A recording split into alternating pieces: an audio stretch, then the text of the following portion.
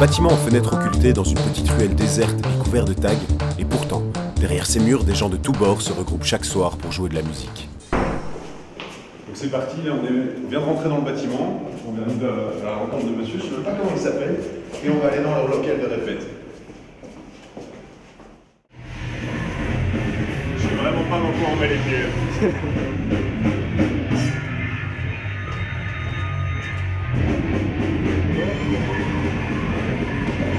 Le local ici s'appelle Atikoglu.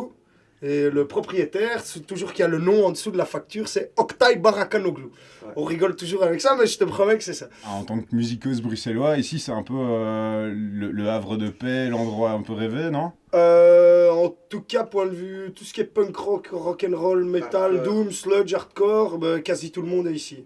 Après, dans les autres milieux, je sais qu'il y a des groupes hip-hop, il y a des groupes techno, j'ai déjà croisé des gars qui font même de la pop. Puis on voit des affiches de concerts, ah mais en fait eux aussi ils sont là. Dans les couloirs, c'est un véritable melting pot de genres.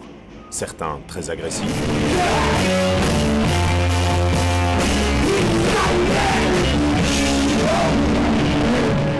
Et d'autres beaucoup plus calmes.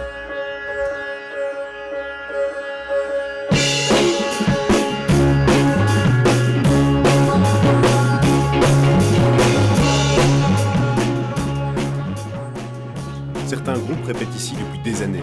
C'est le cas des Narcotiques Daffodils, qui sont là depuis 8 ans, et comptent encore y rester. C'est hyper safe. En plus, les musiciens entre eux, ils se connaissent et ils font toujours attention. S'il y a des gars louches qui se promenaient dans l'endroit, on le verrait tout de suite, quoi. Dans ces couloirs où tous les bruits se mélangent, on peut voir aussi parfois sur les portes des petits papiers comme ceci. Si on les ouvre, en fait, ce sont les factures qui sont adressées au groupe. Et dessus, on ne voit pas grand chose en tout cas comme information, décompte. Atikoglu n'est marqué nulle part, on a une petite signature et c'est tout. Ici le montant est de 258,42. Au rez-de-chaussée habite le concierge. On va essayer d'aller le rencontrer maintenant, voir s'il peut nous donner des informations supplémentaires sur ce lieu.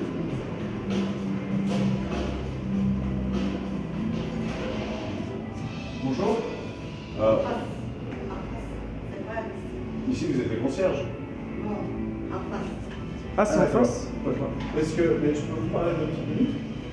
Oui. Je suis étudiant en journalisme en fait. Enfin, nous sommes étudiants en journalisme. Et on fait un reportage sur l'endroit ici. Je sais pas. Vous habitez ici? Je sais pas. Et ça pose pas de problème d'avoir les groupes de musique? Pas de problème. Non? Vous demandez au concierge. Le concierge est de l'autre côté. Okay. Oui. D'accord. Merci beaucoup. Merci. Très bien, allez, au revoir.